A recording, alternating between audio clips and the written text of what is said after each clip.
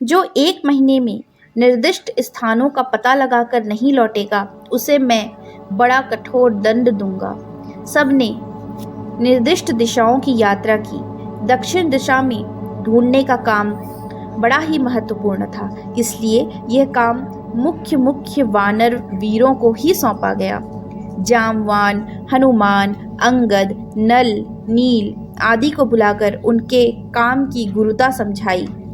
उनके मन में उस समय यह भाव उठाया कि ये वीर अवश्य ही अपना काम पूरा करेंगे। विशेष करके हनुमान के लिए तो कोई काम असंभव ही नहीं। उन्होंने बड़ी प्रसन्नता और प्रेम से कहा, हनुमान, जल में, थल में, नभ में सर्वत्र तुम्हारी एक सी गति है। स्वर्ग अथवा अंतरिक्ष में भी ऐसा कोई नहीं जो तुम्हारी गति रोक सके। तुम अपने पिता के समान ही गति, वेग, तेज और स्फूर्ति से युक्त हो। तुम सब कुछ जानते ही हो। तुमसे और मैं क्या कहूँ। तुम्हारा काम केवल स्थानों में देख आना ही नहीं, बल्कि तुम्हारा काम सीता को पाना है। मेरा तुम पर पूर्ण विश्वास है कि तुम सीता का पता लगाकर ही लौटोगे। सुग्रीव की बात सुनकर भगवान राम ने हनुमान को बुलाया।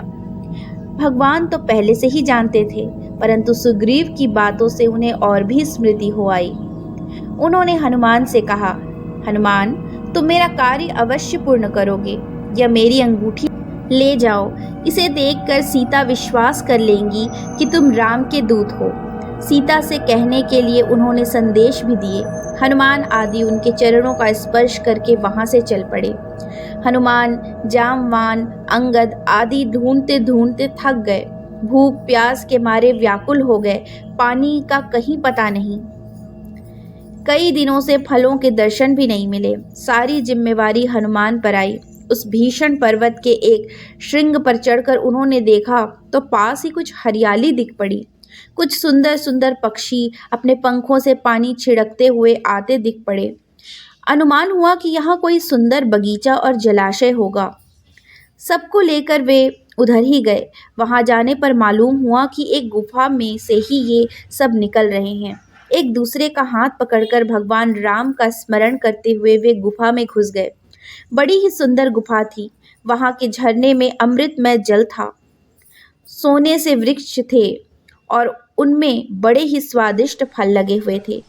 वहां की तपस्विनी से अनुमति लेकर सबने खाया पिया स्वस्थ हुए।